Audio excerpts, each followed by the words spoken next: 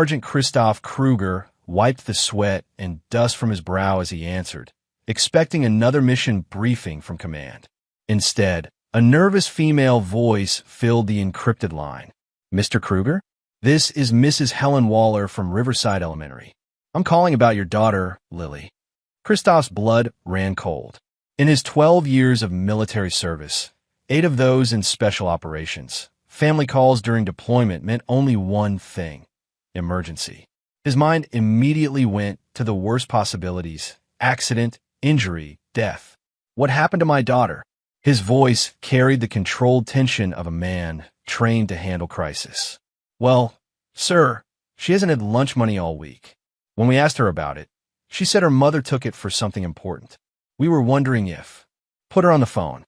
The command was sharp, final. "Daddy." Lily's small voice trembled through the connection, and Christoph's heart clenched. At 8 years old, she shouldn't sound so frightened. "Hey, princess, tell Daddy what's going on. Mommy took my lunch money, and when I asked for it back, Vernon got mad. He said I was being selfish." She paused, and Christoph heard her sniffle. "Daddy, Vernon hits me when I don't call him Daddy. He says you're not coming back, and he's my new daddy now." The world around Christoph seemed to freeze. The sounds of the forward operating base, generators humming, helicopters in the distance, soldiers talking, all faded into white noise. In that moment, the careful emotional walls he'd built during years of black operations began to crack. But not from sadness.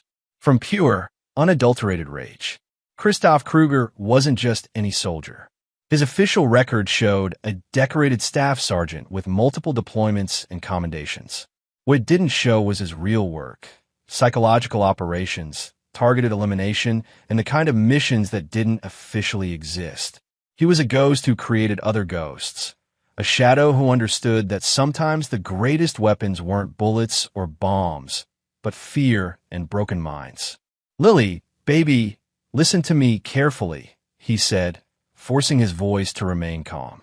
"Daddy is coming home very soon. Can you stay with Grandma Bernice for a few days? Mommy said Grandma is trying to steal me away from her." Of course Carmen would poison their daughter against his mother.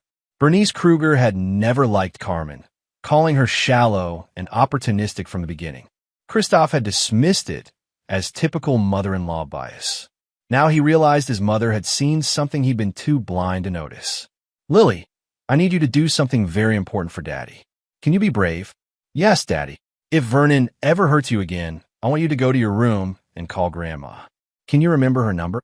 After ensuring Lily could recite the number, Christoph ended the call with his daughter and immediately dialed his wife.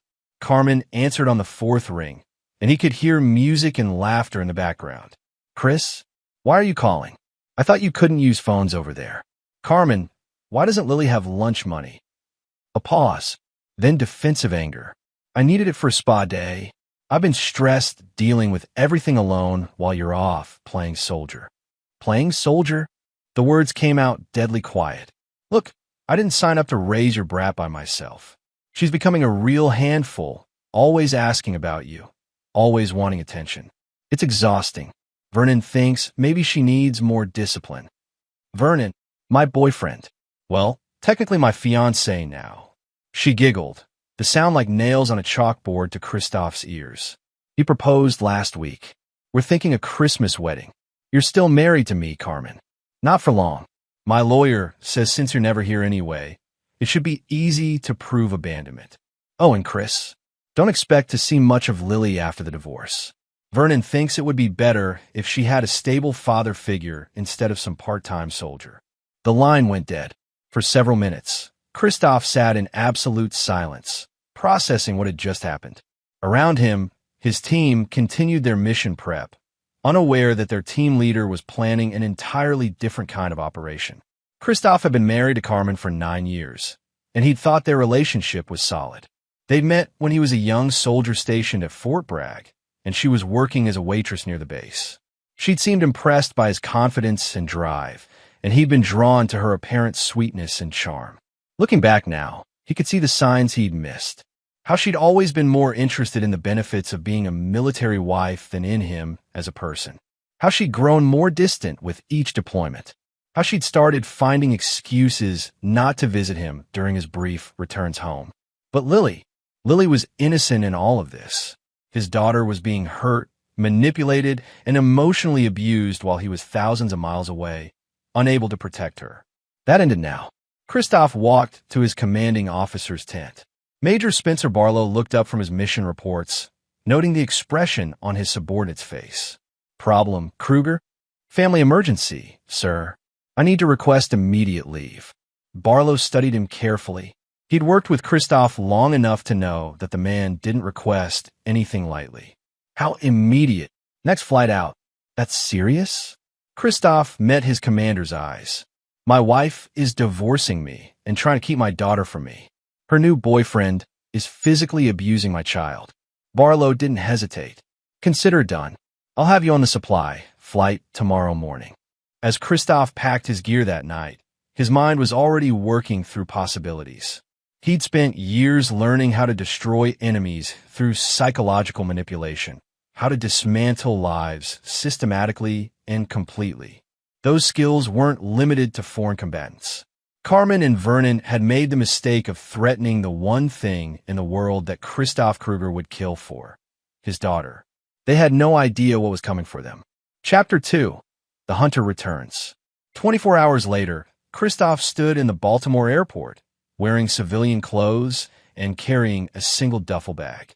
To anyone looking, he appeared to be just another soldier returning from deployment. They couldn't see the cold calculation in his eyes or the detailed plans already forming in his mind. His first stop was a car rental agency, where he selected a nondescript sedan with tinted windows. His second stop was a shopping mall, where he purchased a variety of items that would have seemed random to an observer.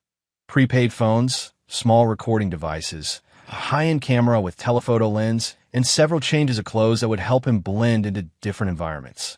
Christoph had learned long ago that the best intelligence operations began with thorough reconnaissance. Before he made any moves against Carmen and Vernon, he needed to understand their routines, their weaknesses, and their secrets. He drove to his old neighborhood in the suburbs of Norfolk, Virginia, parking 3 blocks away from the house he'd bought for his family 5 years earlier. Using the telephoto lens, he began surveillance of his own home. The house looked different. Carmen had clearly redecorated, and there was a black pickup truck in the driveway that he didn't recognize. Through the windows, he could see movement, his wife and a man he assumed was Vernon. For 2 hours, Christoph watched and photographed. At 3:15 p.m., a school bus stopped in front of the house, and Lily stepped off. She walked slowly to the front door, her shoulders slumped in a way that broke her father's heart. Through his telephoto lens, Christoph watched as Vernon opened the door. Even from a distance, he could see the man's aggressive body language as he spoke to Lily. When she tried to walk past him into the house, Vernon grabbed her arm roughly and pulled her back, pointing his finger in her face. Christoph's hands tightened on the camera, but he forced himself to remain calm and continue documenting. Evidence first, justice second. That evening, after Lily had gone to bed, Christoph watched Carmen and Vernon through the living room window. They were drinking wine and laughing, completely oblivious to the predator studying them from the shadows. Vernon Waters was exactly what Christoph had expected. Mid-30s, average height, soft around the middle from too much beer and too little exercise. He wore expensive clothes and drove an expensive truck, but everything about him screamed insecurity. The kind of man who bullied children and women to feel powerful. Carmen had changed too. Her hair was different, bleached blonde instead of her natural brown, and she clearly had some cosmetic work done. She clung to Vernon's arm like a trophy girlfriend, laughing too loudly at his jokes and constantly touching him in a way that was almost desperate. They looked like exactly what they were, shallow, selfish people who'd found each other. Over the next 3 days, Christoph built detailed profiles of their lives. Vernon owned a small construction company that specialized in residential remodeling. He had a reputation for cutting corners and overcharging clients, but he was charismatic enough to keep getting new business. He spent most evenings at a bar called Murphy's Tavern, where he played pool and flirted with the waitresses despite being engaged to Carmen. Carmen had quit her part-time job at a boutique and was now living entirely off Vernon's income and Christoph's military benefits. She spent her days shopping, getting spa treatments, and meeting with her divorce lawyer, a sleazy ambulance chaser named Ray Kemp who specialized in taking military men to the cleaners. But most importantly, Christoph learned their schedule. Vernon left for work at 7 a.m. every morning. Carmen dropped Lily off at school at 8:15, then usually went to the gym or shopping until mid-afternoon. Lily walked home from school and was often alone with Vernon for 2 hours before Carmen returned. It was during one of these surveillance sessions that Christoph witnessed what would fuel his plans for revenge. He was positioned in his car across from the elementary school when Lily's bus arrived. Instead of the usual drooping shoulders, his daughter ran excitedly toward the house, clutching what looked like an art project. She burst through the front door with genuine joy for the first time since Christoph had been watching. Through his telephoto lens, he saw Vernon meet her at the door. Lily held up her artwork, a drawing that said "My Family" across the top. Even from a distance, Christoph could see that she'd drawn 3 figures: herself, a woman labeled Mommy, and a man in military uniform labeled Daddy. Vernon snatched the paper from her hands, looked at it, and tore it in half. Then he grabbed Lily by the shoulders and shook her, his face red with anger. When she started crying, he slapped her across the face hard enough that she fell to the ground.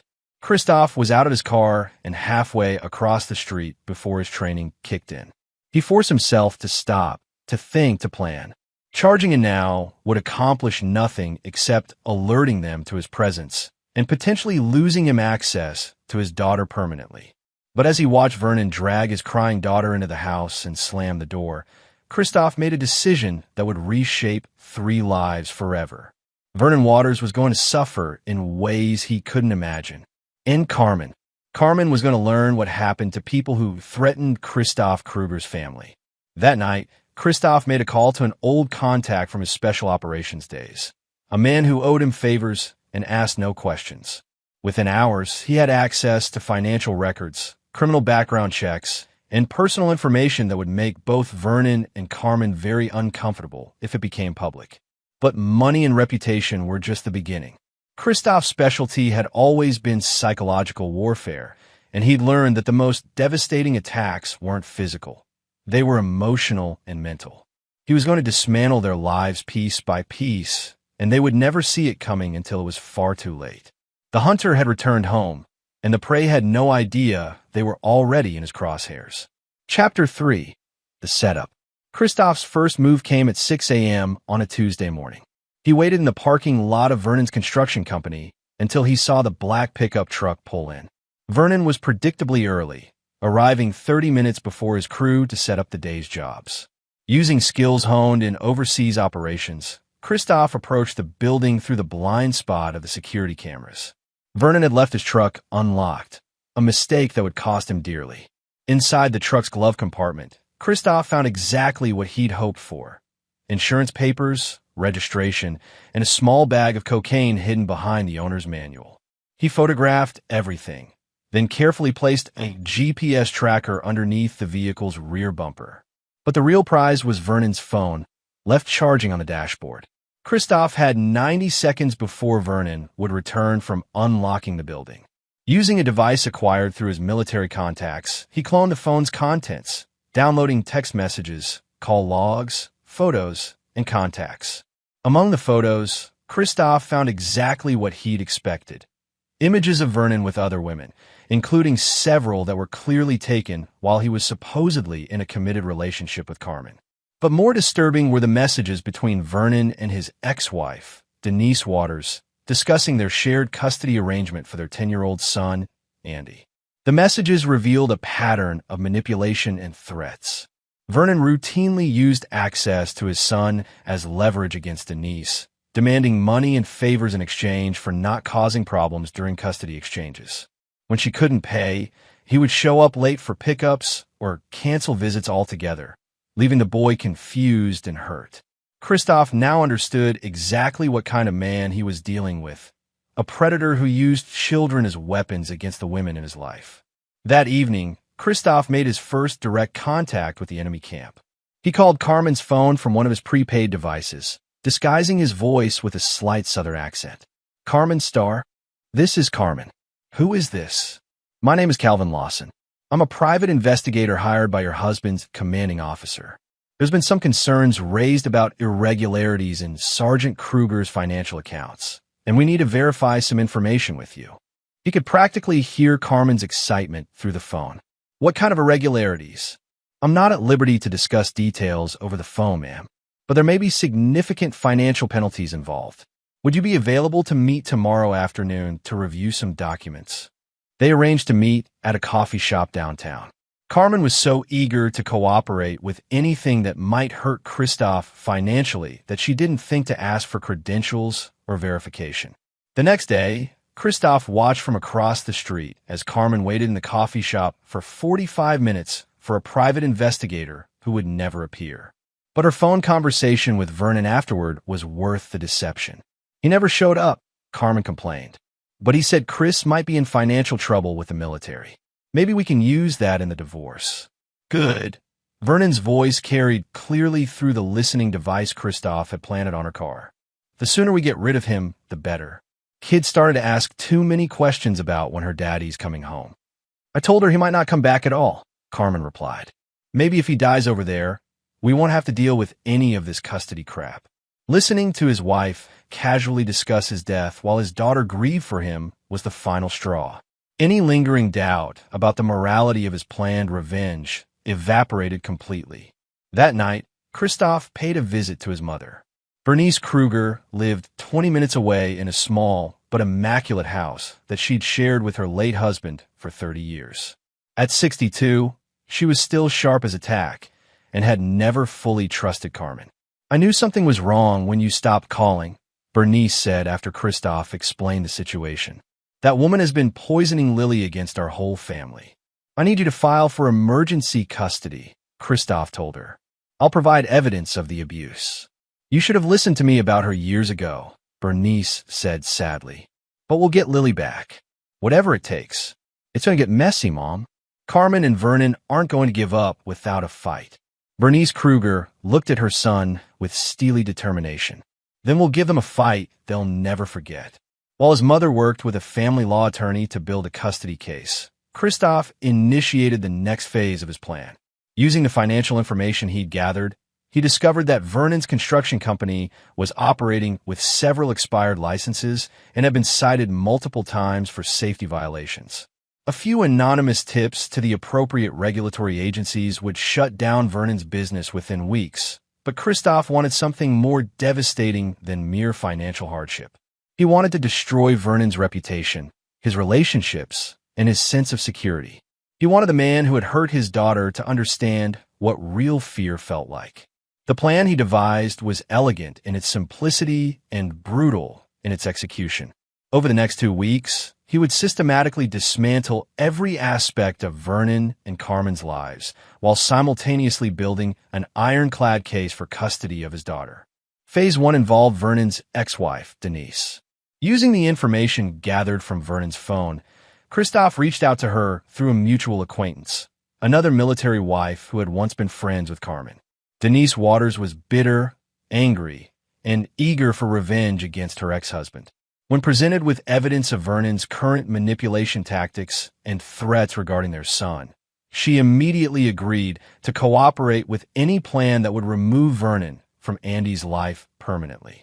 That bastard has been using our son as a weapon for 3 years, Denise told Christoph during their clandestine meeting. I've been documenting everything, but I needed more evidence to convince a judge. I can give you more evidence than you'll know what to do with, Christoph assured her. Phase 2 involved Carmen's divorce lawyer, Ray Kemp. The sleazy attorney had made a career of bleeding military families dry, but he'd also made plenty of enemies along the way.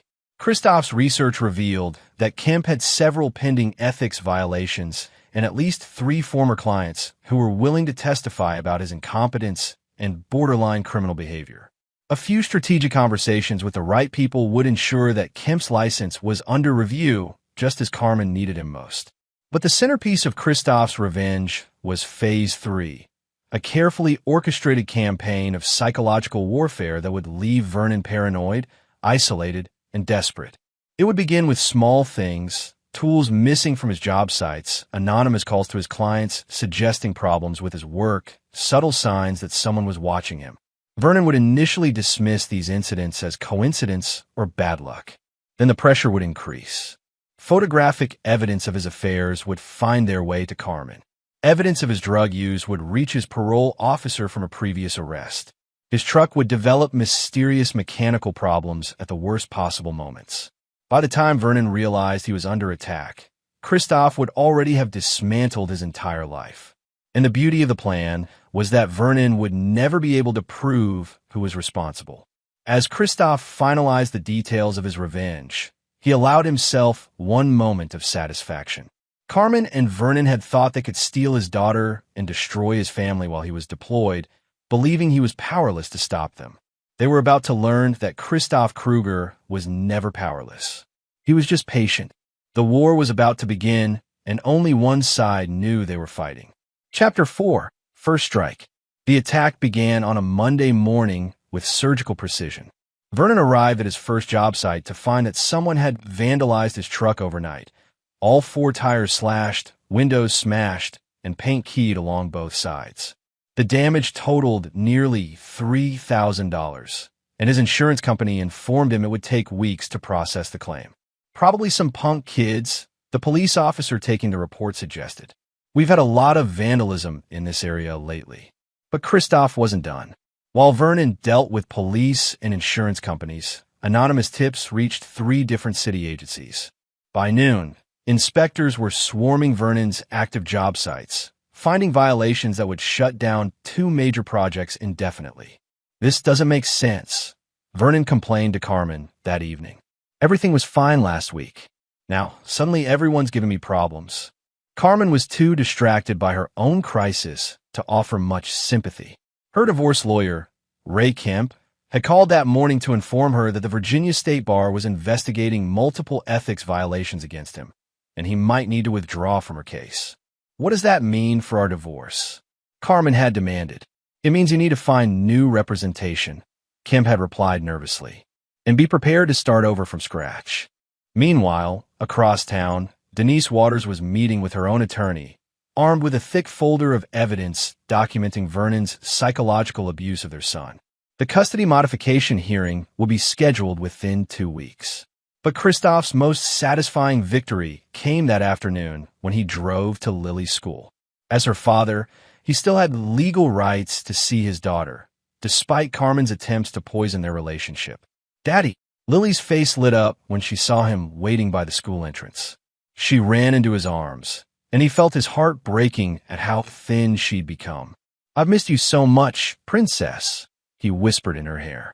"Mommy said you weren't coming back," Lily said quietly. "She said you didn't love us anymore. Your mommy was wrong, baby. I will always love you, and I will always come back for you." They spent 2 hours at a nearby park, where Lily finally relaxed enough to tell him about life at home. Vernon's abuse was even worse than Christoph had suspected.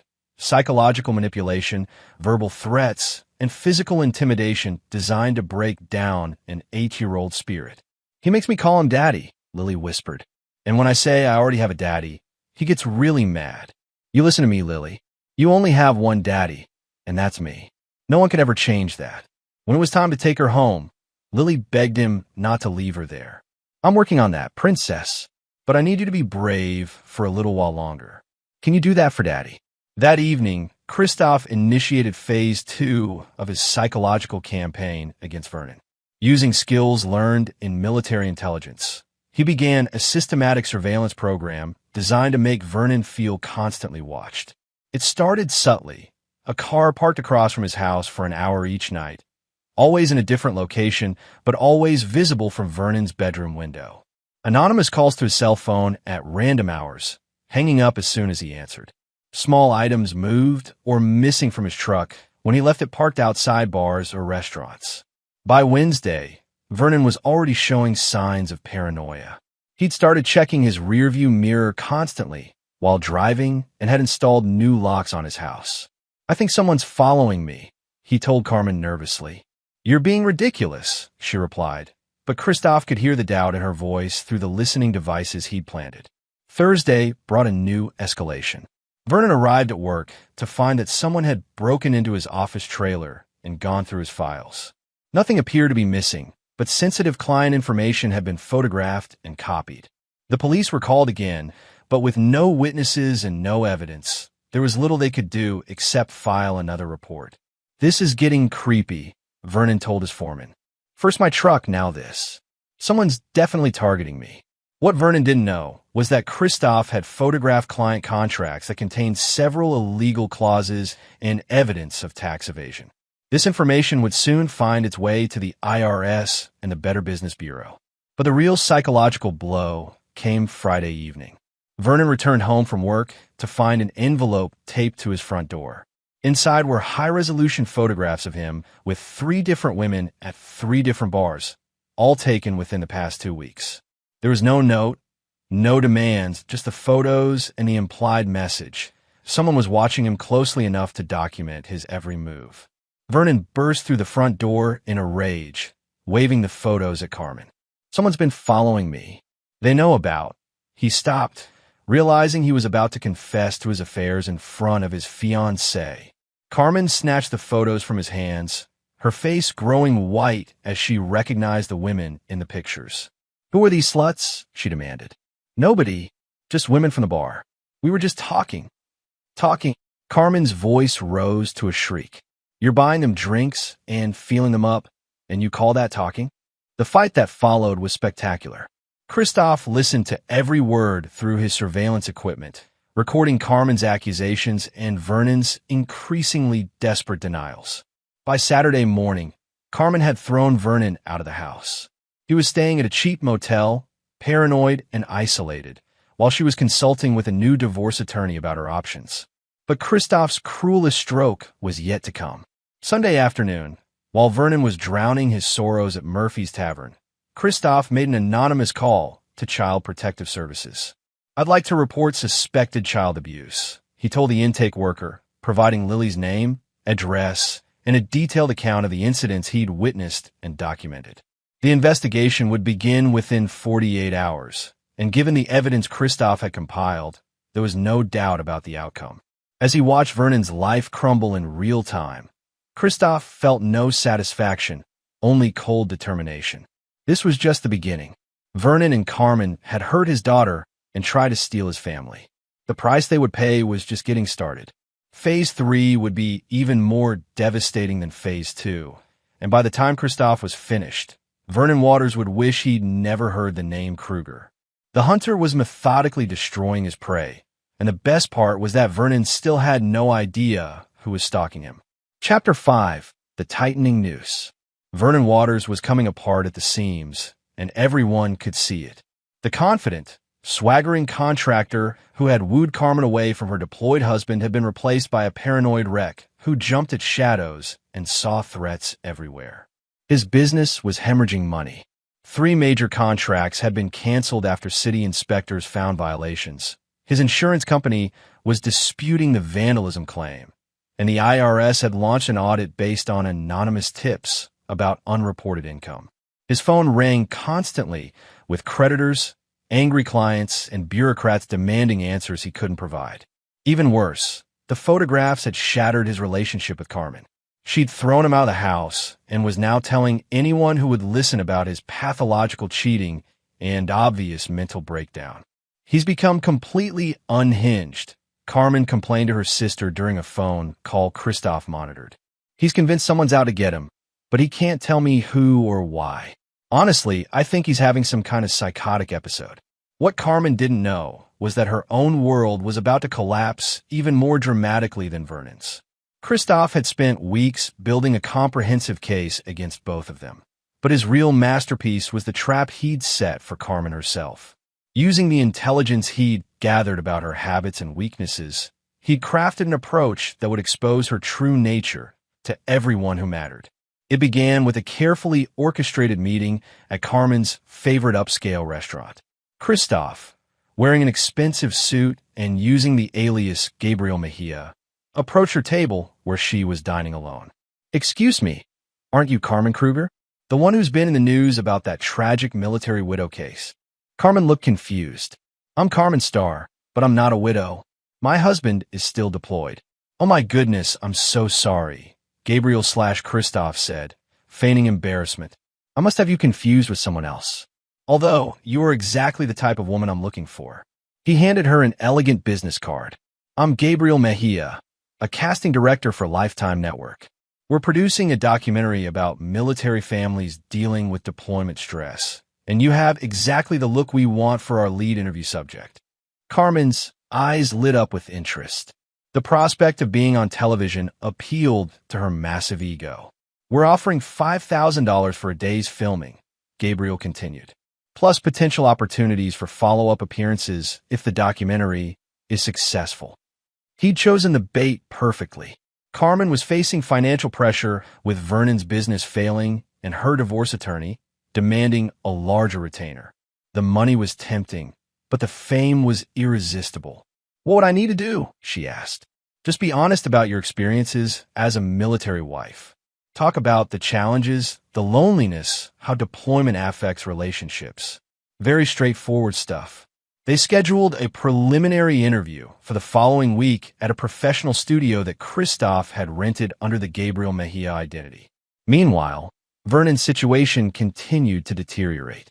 Child Protective Services had visited the house twice, interviewing both Carmen and Lily separately. While they hadn't removed Lily from the home yet, a social worker named Whitney McCormick was scheduled for regular check-ins. This is all your fault, Carmen screamed at Vernon during one of their increasingly frequent phone arguments. Ever since you moved in, everything's gone to hell. First your psycho ex-wife gets our address, then CPS shows up. Now you're bringing your crazy stalker problems to my house. Vernon was indeed being stalked, though not by anyone he could identify or catch. Christoph had enlisted the help of 3 other special operations veterans, Spencer Barlow, Hector Tuttle, and Melvin Vincent, who were all on leave and happy to help a brother in arms settle scores with someone who abused children. The 4-man team took turns conducting surveillance on Vernon, ensuring he was never truly alone but never able to identify his watchers. They followed him to bars, job sites, and his cheap motel, always staying just visible enough to maintain his paranoia. I'm telling you, it's the same guys, Vernon insisted to anyone who would listen. 3 or 4 different men, always watching me. This isn't random. But when he called the police, they found no evidence of stalking. The men were always in public places where they had every right to be, never approaching or threatening him directly. The psychological pressure was exactly what Christoph had intended. Vernon was drinking more, sleeping less, and making increasingly erratic decisions that pushed away the few friends and business contacts he had left. The breakthrough Christoph had been waiting for came on a Thursday evening. Vernon, drunk and desperate, called his ex-wife Denise in violation of their custody agreement. "This is all your fault," he shouted into the phone. "You set them on me. You hired people to destroy my life." "I don't know what you're talking about," Denise replied calmly, recording the conversation as her lawyer had advised. "But if you call here again, I'm notifying the police. I'll take Andy away from you," Vernon threatened. "I'll tell the court you're an unfit mother. The call ended when Denise hung up, but the damage was done. Vernon had just provided evidence of harassment and threats that would ensure he lost all custody rights to his son. Meanwhile, Christoph's trap for Carmen was entering its final phase. She arrived at the rented studio precisely on time, dressed in her most expensive outfit and clearly excited about her television debut. "The cameras are already rolling," Gabriel/Christoph explained, "so we can capture natural reactions. Just relax and be honest." For 45 minutes, Carmen talked freely about her life as a military wife. But as Christoph had anticipated, her narcissism and need for attention led her to reveal far more than she intended. "Honestly, I think military wives like me are heroes too," she said earnestly. "We sacrifice just as much as the soldiers do, maybe more. I mean, they chose to join the military. We didn't choose to be left alone for months at a time." When asked about her current situation, Carmen painted herself as a victim of abandonment and abuse. "My husband changed after his deployments," she lied smoothly. "He became distant, cold, almost abusive. I tried to make it work for our daughter's sake, but eventually I had to protect myself and Lily from his anger. The fictional narrative continued, with Carmen describing Vernon as a lifeline who had saved her and Lily from a dangerous situation. Vernon is wonderful with Lily, she claimed. He's been more of a father to her in 6 months than Chris was in 8 years. But the real revelations came when Carmen thought the interview was over. As Christoph pretended to pack up equipment, Carmen chatted casually about her plans. "The divorce should be final soon," she said. "My lawyer thinks I can get full custody plus alimony and child support. Chris will probably never see Lily again, which is honestly better for everyone." When asked about Vernon's recent problems, Carmen laughed dismissively. "He's been acting paranoid lately, claiming someone's following him. Honestly, I think the stress of taking on a ready-made family is getting to him. He might not be husband material after all." She paused, then added with shocking callousness, "If Vernon doesn't work out, there are plenty of other men interested in a young, attractive single mother. Military widows are very popular these days." The interview ended with Carmen signing a release form, completely unaware that she'd just provided devastating evidence of her true character and intentions. Within hours, copies of the recording were delivered to her new divorce attorney, the Child Protective Services caseworker, and the family court judge handling her custody case. Carmen had just destroyed her own credibility while thinking she was becoming a television star. As Phase 5 approached, Christoph reflected on how perfectly his plan was unfolding. Vernon was isolated, paranoid, and financially ruined. Carmen had exposed herself as a manipulative narcissist willing to lie under oath. Most importantly, Lily would soon be safe from both of them. But Christoph wasn't finished. The final phase would be the most devastating of all, designed to ensure that Vernon and Carmen never forgot the price of threatening his family. Justice was coming, and it would be absolute. Chapter 6: The Perfect Storm. The Child Protective Services hearing took place on a gray Wednesday morning in a sterile conference room that smelled of stale coffee and broken dreams. Carmen sat at one end of the long table, flanked by her new attorney, a tired-looking public defender named Chester Harden, who'd taken her case pro bono after Ray Kemp's suspension. Across from them sat Whitney McCormick, the CPS caseworker, along with her supervisor and a court-appointed child advocate. At the far end of the table, Bernice Kruger waited with the family law attorney Christoph had hired for the custody case. Carmen was confident, even smug. She'd convinced herself that her carefully crafted image as a struggling military wife would carry the day. She had no idea that her television interview was about to destroy everything she'd built. "Mrs. Starr," Whitney McCormick began, consulting her notes, "we've received some concerning reports about the home environment for your daughter, Lily. Can you tell us about your relationship with Vernon Waters?" "Vernon has been wonderful for our family," Carmen replied smoothly, using the same lies she'd told Gabriel/Christoph. "He stepped in when my husband abandoned us, and he's been more of a father to Lily than Chris ever was. Are you aware that Mr. Waters was arrested for domestic violence against his previous wife?" Carmen's confidence wavered slightly. That was a misunderstanding. Denise is bitter about their divorce and made false accusations. Whitney slid a photograph across the table. "This was taken 2 weeks ago. Can you explain the bruising on your daughter's arm?" The photo showed Lily getting off the school bus, and clearly visible on her upper arm were finger-shaped bruises consistent with being grabbed forcefully. "She falls down a lot," Carmen said quickly. "She's always been clumsy." "Interesting, because when we interviewed Lily privately, she told us that Vernon grabbed her when she refused to call him daddy. She also described several incidents of verbal intimidation and threats." Carmen's lawyer started to object, but Whitney continued. "We also have this recording, which was provided to us by an anonymous source." The room filled with Carmen's own voice, speaking to the fake documentary crew. "My lawyer thinks I can get full custody plus alimony and child support. Chris will probably never see Lily again, which is honestly better for everyone." Carmen's face went white as her own words convicted her of parental alienation and perjury. But Whitney wasn't finished. "In this same recording, you describe your husband as abusive and claim that Mr. Waters has been a positive influence on Lily. However, you also say that if your relationship with Mr. Waters doesn't work out, There are plenty of other men interested in a young, attractive single mother. Does that sound like someone genuinely concerned about their child's welfare? The court-appointed child advocate leaned forward.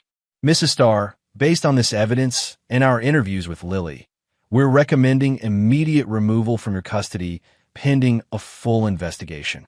You can't do this, Carmen screamed, her carefully maintained facade finally cracking. I'm a good mother. Chris is the one who abandoned us. Actually, Bernice Kruger's attorney interjected. Sergeant Kruger has been granted emergency leave and is available to take custody of his daughter immediately. At that moment, as if summoned by divine timing, Christoph walked into the conference room. He was wearing his dress military uniform, every ribbon and decoration perfectly placed, looking every inch the decorated soldier he was. Carmen stared at him in shock. Chris? But you're supposed to be in Afghanistan. Emergency family leave, he replied coldly, not even looking at her. His attention was focused entirely on Whitney McCormick. I have documentation of the abuse my daughter has suffered, and I'm prepared to provide a safe, stable home environment.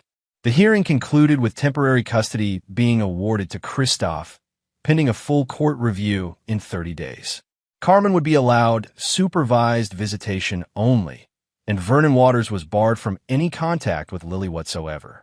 As they left the courthouse, Carmen grabbed Christoph's arm. You planned this, she hissed. You came back just to destroy my life. Christoph looked at her with the same cold expression he'd once reserved for enemy combatants. You destroyed your own life the moment you decided to hurt my daughter. This isn't over. I'll fight you in court. I'll prove you're an unfit father. With what money? Vernon's business is finished. Your lawyer is suspended, and you have no income. Good luck finding someone willing to take your case when that recording becomes public record. Carmen's face crumpled as the reality of her situation hit her. She was broke, homeless, and had just lost custody of the child she'd been using as a meal ticket. Meanwhile, across town, Vernon Waters was discovering that his own nightmare was far from over. He'd managed to secure one final construction job, a small bathroom renovation that would barely cover his mounting debts. But when he arrived at the job site, he found police waiting for him. Vernon Waters, you're under arrest for tax evasion, fraud, and violation of multiple city construction codes, the lead detective announced. The arrest was the culmination of weeks of anonymous tips and evidence gathering. Every shortcut Vernon had taken, every corner he'd cut, every dollar he'd hidden from the IRS, it had all been carefully documented and delivered to the appropriate authorities. But the cruelest blow came when Vernon was allowed his one phone call from the county jail. He called Carmen, desperate for bail money and emotional support. Carmen, thank God. I've been arrested. I need you to. Don't call me again, Carmen interrupted. I've lost custody of Lily because of you. My life is ruined because I got involved with a loser who couldn't handle his own problems. Carmen, please. I love you. We can work through this. Love. Carmen laughed bitterly. I never loved you, Vernon. You were just convenient while Chris was deployed. Now you're nothing but a liability. The line went dead, leaving Vernon alone in his cell with the devastating realization that everything he thought he had, his business, his relationship, his future, had been an illusion. That evening, Christoph sat in his childhood bedroom at his mother's house, reading bedtime stories to Lily. She was still fragile, still processing the trauma of the past 6 months, but for the first time since his return, she seemed genuinely happy. Daddy, are you going to stay home now? She asked sleepily. For a while, princess. And when I have to go back to work, you'll stay with Grandma Bernice, where you'll be safe. What about Mommy? Christoph considered his words carefully. Despite everything Carmen had done, Lily still loved her mother and didn't deserve to be poisoned against her the way Carmen had tried to poison her against him. Mommy made some bad choices, sweetheart, but that doesn't mean she doesn't love you. Sometimes grown-ups need time to figure things out. As Lily drifted off to sleep, Christoph stepped onto the porch where his mother was waiting with a cup of coffee. How long did you plan all this? Bernice asked. From the moment I heard Vernon had hit her, Christoph replied honestly. No regrets. Christoph thought about Vernon sitting in jail, facing years of legal battles and financial ruin. He thought about Carmen, homeless and broke, finally forced to confront the consequences of her selfishness. Most importantly, he thought about Lily, safe and healing in a house filled with genuine love. None whatsoever. The war was effectively over. Carmen and Vernon had been neutralized as threats to his daughter's safety and well-being. But Christophe wasn't the type of man who settled for mere victory. He wanted total, absolute defeat for anyone who dared threaten his family. The final phase of his revenge would ensure that Vernon Waters and Carmen Starr understood exactly what happened to people who crossed Christophe Kruger. Justice wasn't complete until the lesson was permanent. Chapter 7. Total Annihilation. 6 weeks after the custody hearing, Vernon Waters sat in his cramped studio apartment, staring at an eviction notice. The few $1,000s he'd managed to scrape together for bail had depleted his last resources, and his court-appointed attorney had made it clear that a plea bargain was his only hope of avoiding serious prison time. But Vernon's legal troubles were just the beginning of his problems. Christophe had spent the intervening weeks orchestrating a campaign of systematic destruction that went far beyond financial ruin. Every person in Vernon's life had received carefully crafted information about his true nature. His elderly parents had been sent copies of police reports documenting his domestic violence arrests. His ex-military friends had received details about his drug use and child abuse. Even his bowling league had been informed about his fraud convictions. The social isolation was devastating. Vernon had gone from being a moderately successful small businessman with an active social life to being a pariah that nobody wanted to associate with. But Christophe's masterstroke was yet to come.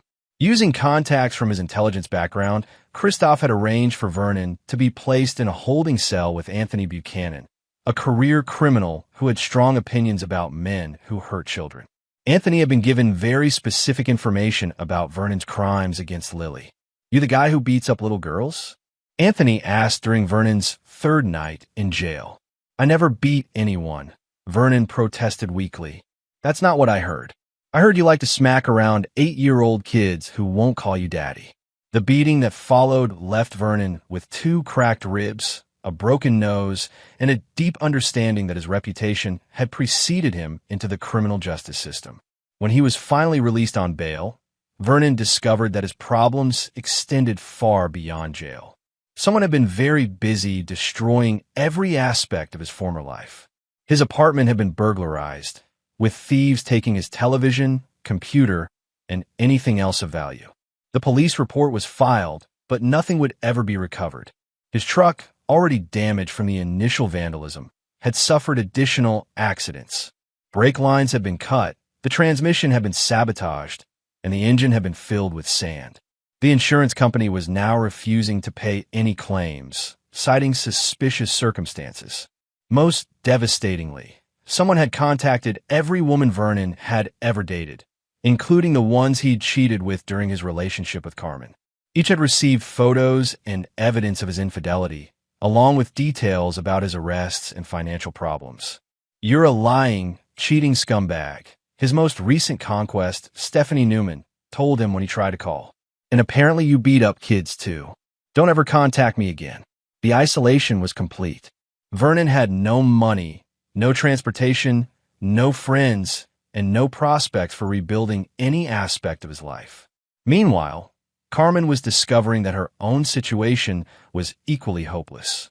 The fake documentary interview had been edited into a devastating highlight reel that showcased her narcissism, lies, and callous disregard for her daughter's welfare. Her family had disowned her after watching her casually discuss treating Lily as a meal ticket. Her few friends had abandoned her when they realized she'd been manipulating them with false stories about Christophe's supposed abuse. Most cruelly, every man she tried to date received copies of the interview within days of their first contact. Her reputation as a lying, manipulative gold digger had spread through her entire social circle. "You're toxic," her sister Lorraine had told her during their final phone conversation. "Mom and Dad are ashamed to have you as a daughter, and frankly, so am I." But Christophe wasn't satisfied with mere social exile. He wanted both Vernon and Carmen to understand that their suffering was intentional, personal, and permanent. The revelation came on a cold Friday evening when both Vernon and Carmen received identical packages at their respective addresses. Inside each package was a single photograph. Christoph in full military gear, standing in front of a destroyed building in Afghanistan. On the back of each photo, in Christoph's precise handwriting, was a simple message. You thought I was just a cook. You were wrong. Along with the photo was a detailed dossier outlining Christoph's real military background. Special operations, psychological warfare specialist, multiple classified missions, and commendations for operations that officially didn't exist. Vernon stared at the documents with growing horror, finally understanding who had been hunting him for the past 3 months. Every mysterious incident, every piece of bad luck, every perfectly timed disaster, it had all been orchestrated by a man trained to destroy enemies of the United States. Carmen's reaction was even more dramatic. She called Christoph immediately, screaming hysterically into the phone. You destroyed my life. You ruined everything. You destroyed your own life when you decided to abuse my daughter, Christoph replied calmly. I just made sure everyone knew who you really are. I'll go to the police. I'll tell them you stalked us, that you planted evidence. Feel free, but you might want to consider how that conversation will go.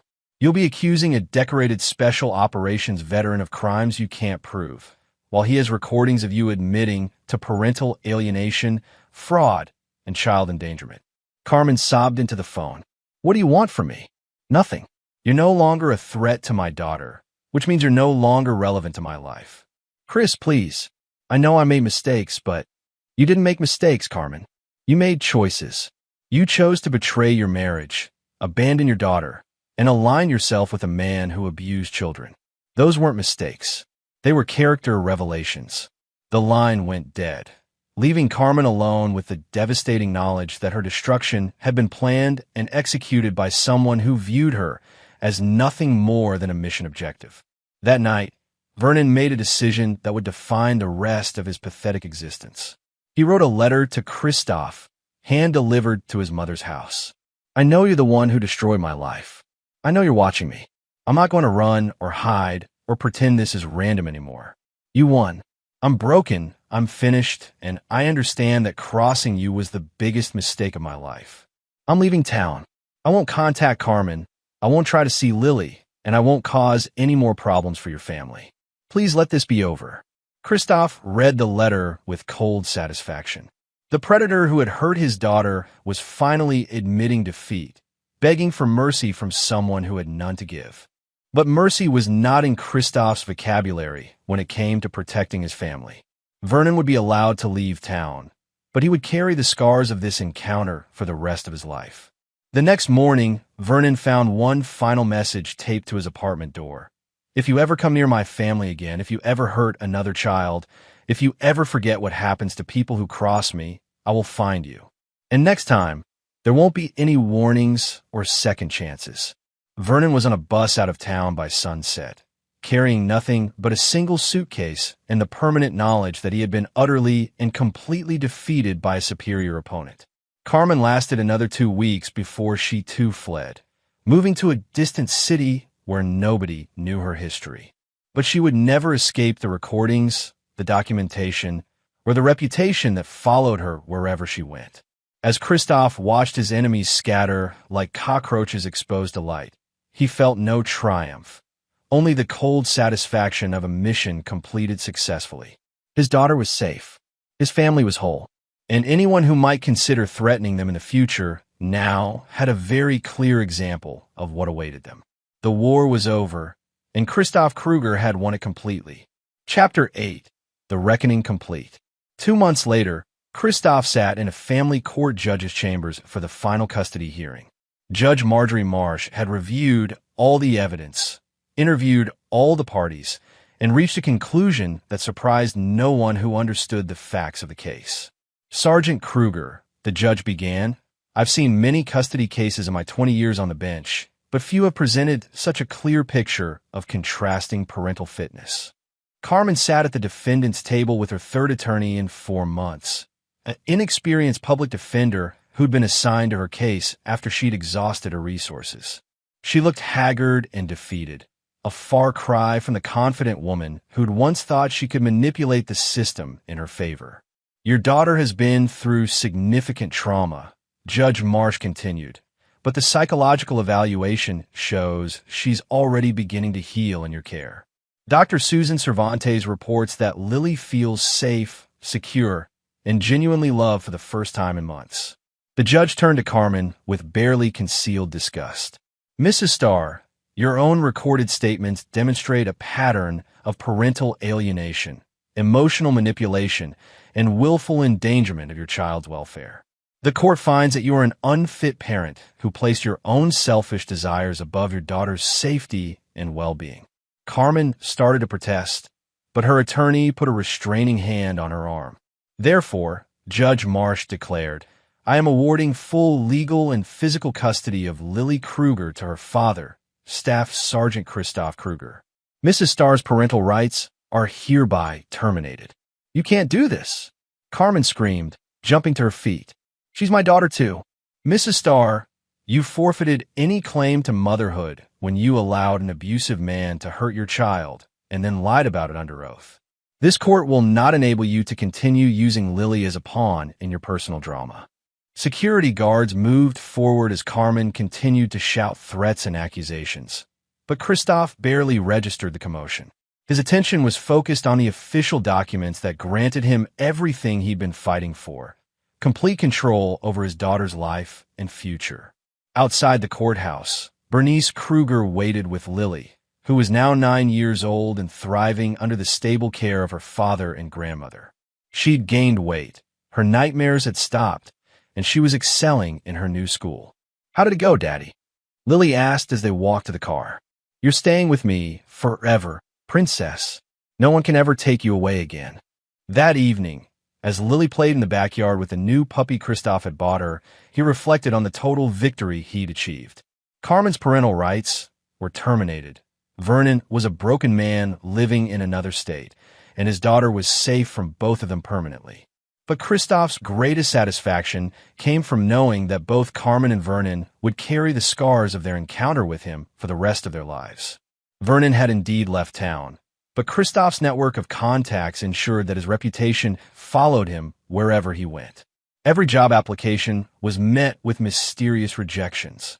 Every attempt to rent an apartment resulted in sudden unavailability. Every woman he tried to date somehow learned about his history with disturbing detail. Vernon Waters had become a ghost, living on the margins of society, forever looking over his shoulder and remembering the man who had systematically destroyed his life as punishment for hurting a child. Carmen's fate was arguably worse. She'd moved to Phoenix, hoping to start fresh, but the internet was forever. Her fake documentary interview had been uploaded to social media platforms where it accumulated millions of views and thousands of comments expressing disgust at her narcissism and cruelty. Every potential employer who Googled her name found the video. Every man who showed interest in dating her received anonymous messages with links to her greatest hits. She'd become a cautionary tale, a viral example of what happened to bad mothers who abandoned their children. More importantly, both Carmen and Vernon now understood that Christoph Kruger was not a man who forgave, forgot, or moved on. He was a predator who eliminated threats to his family with surgical precision and permanent effectiveness. 6 months after the final court hearing, Christoph received a letter forwarded through military channels. It was from Vernon, postmarked from a small town in Montana. I think about what you did to me every day. I understand now that you could have killed me instead of just destroying my life, and maybe I should be grateful for your restraint. I will never forget the lesson you taught me, and I will never threaten another child as long as I live. I hope someday you can find it in your heart to call us even. Christoph read the letter once, then fed it into his paper shredder. Vernon still didn't understand the fundamental truth about the kind of man he'd crossed. Christoph Kruger didn't do even. He did complete victory or total destruction with no middle ground. Carmen had never written, never called, never attempted any contact since the termination of her parental rights. According to the private investigator Christoph, still employed to monitor her activities, she was working as a waitress in Phoenix, living alone in a studio apartment, and had become something of a local joke among the dating scene there. She'd learned her lesson the hard way. Some men were not safe to betray. As Christmas approached, Christoph watched Lily help her grandmother decorate the tree. She was happy, healthy, and secure in the knowledge that she was loved unconditionally by people who would protect her no matter what.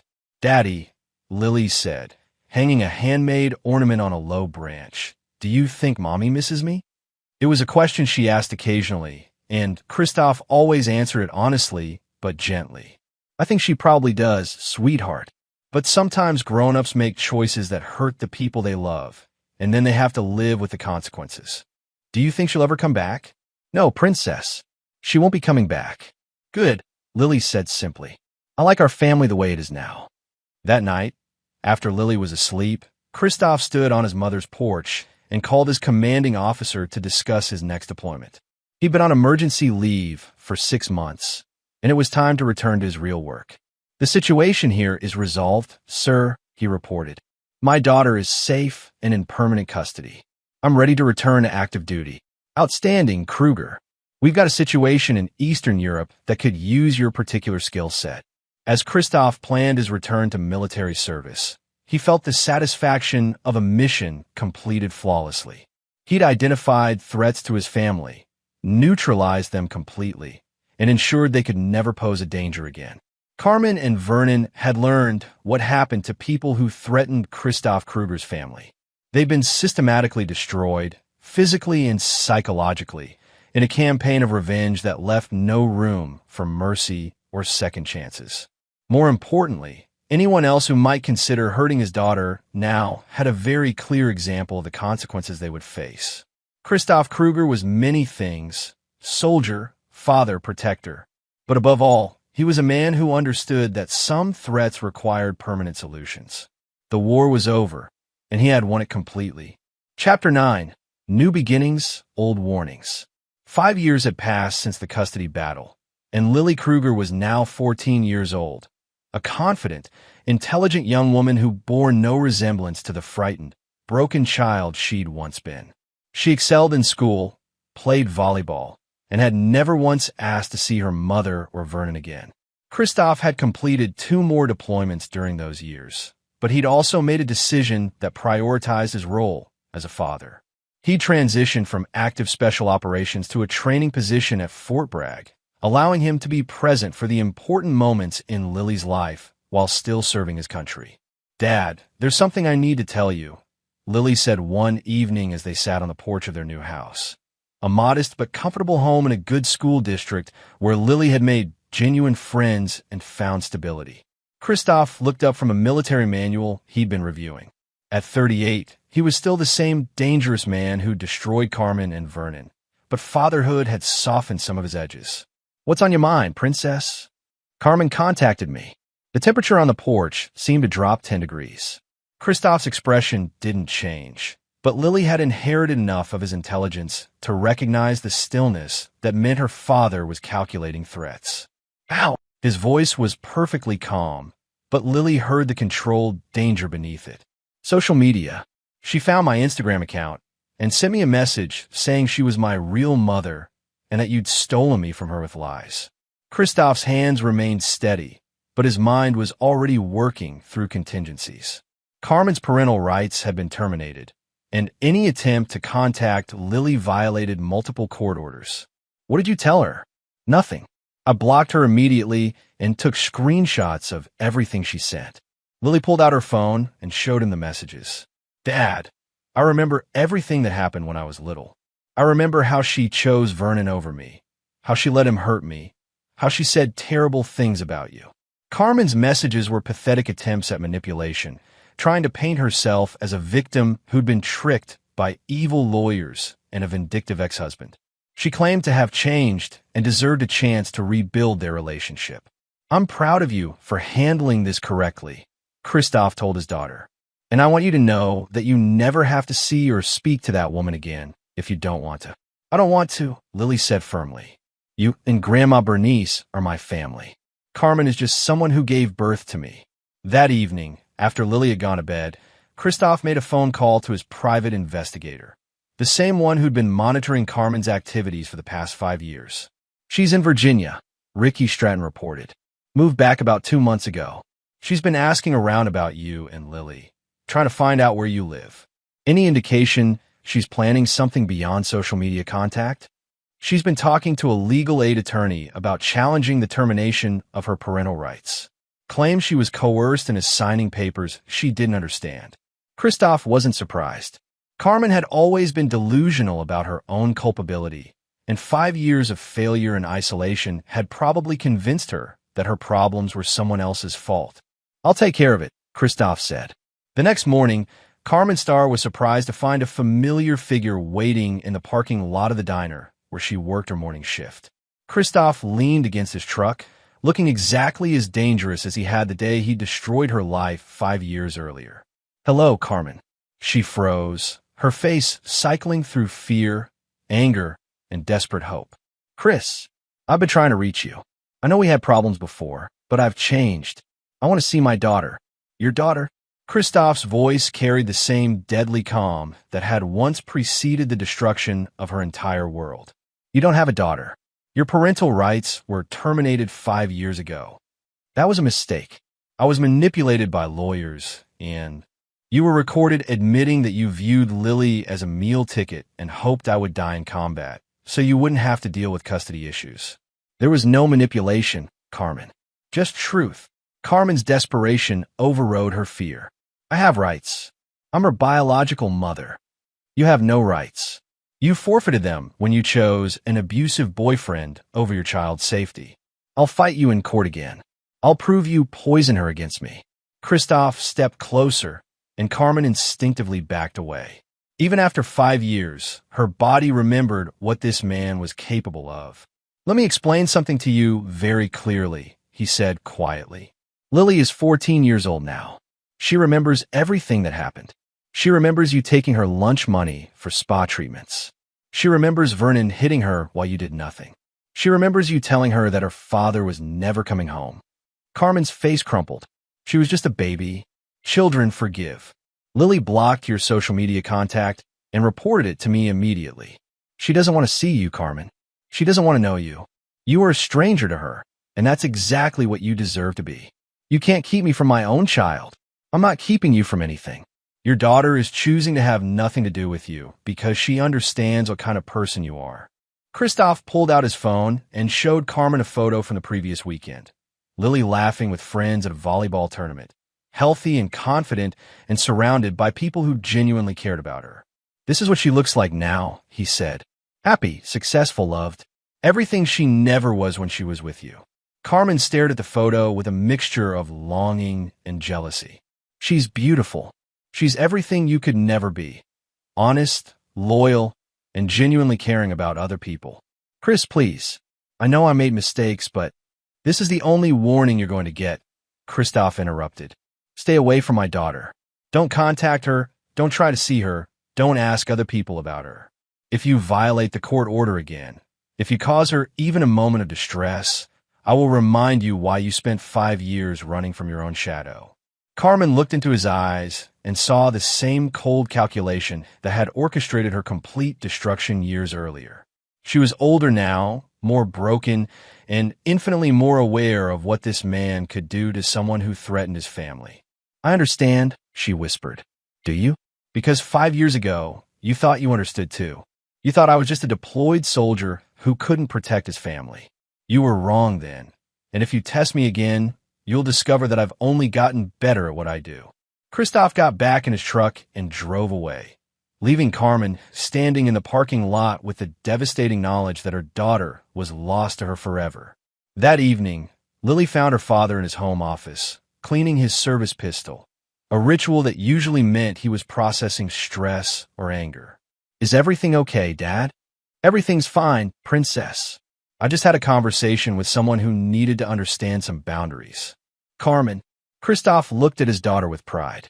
She was sharp, perceptive, and unafraid to ask direct questions, qualities that would serve her well in life. "She won't be bothering you again." "Good. I don't want her drama in our lives." 6 months later, Carmen Starr was found dead in her apartment from an apparent drug overdose. The investigation revealed a pattern of prescription pill abuse and alcohol dependency that had accelerated after a failed attempt to reconnect with her daughter. Christoph felt no satisfaction at the news, only the cold closure of seeing a threat permanently neutralized. Carmen had destroyed herself with the same selfishness and poor judgment that had cost her everything she'd once claimed to value. Vernon Waters had lasted longer, but not much better. 3 years after leaving Virginia, he'd been arrested for assaulting a bartender who'd refused to serve him. The assault charge led to a parole violation, which led to a lengthy prison sentence. He died in prison 2 years later, stabbed by another inmate who'd taken exception to Vernon's reputation as someone who hurt children. Both of the people who'd threatened Lily's safety and happiness were now gone. Their lives ended by the same character flaws that had brought them into conflict with Christoph in the first place. As Lily prepared for high school graduation and looked forward to college, she had no idea about the fates of her biological mother and former stepfather. Christoph saw no reason to burden her with information that would serve no constructive purpose. She was happy, successful, and surrounded by people who loved her unconditionally. That was all that mattered. On graduation day, as Christoph watched his daughter accept her diploma as valedictorian, he reflected on the choices that had brought them to this moment. He'd chosen to protect his family through overwhelming force and permanent solutions. Some people might call his methods extreme, but those people had never watched their child suffer at the hands of cruel, selfish adults. Lily hugged him after the ceremony, holding her diploma and smiling with genuine joy. "Thank you for everything, Dad. For protecting me, for believing in me, for never giving up on our family. I'll always protect you, Princess, no matter what it takes." As they drove home from graduation, Christoph allowed himself a moment of satisfaction. His daughter was safe, his enemies were defeated, and anyone who might consider threatening his family in the future had been given a very clear demonstration of the consequences they would face. Christoph Kruger was many things: soldier, father, guardian. But above all, he was a man who understood that some people forfeited their right to mercy the moment they chose to hurt innocent children. The war had been won completely, and the peace that followed was built on the permanent defeat of those who dared to threaten what he held most dear. Justice, in the end, was not about forgiveness or second chances. Sometimes it was about making sure that bad people face consequences severe enough to deter anyone else from making the same mistakes. Lily was safe, and she would remain safe because her father was the kind of man who never forgot a threat and never forgave an enemy. That was enough. And there you have it. Another story comes to an end. What did you think? I'd love to hear your thoughts in the comments below. If you enjoy this story, consider joining our community by subscribing. It means the world to us. For more stories like this one, check out the recommended videos on screen, and I'll see you there.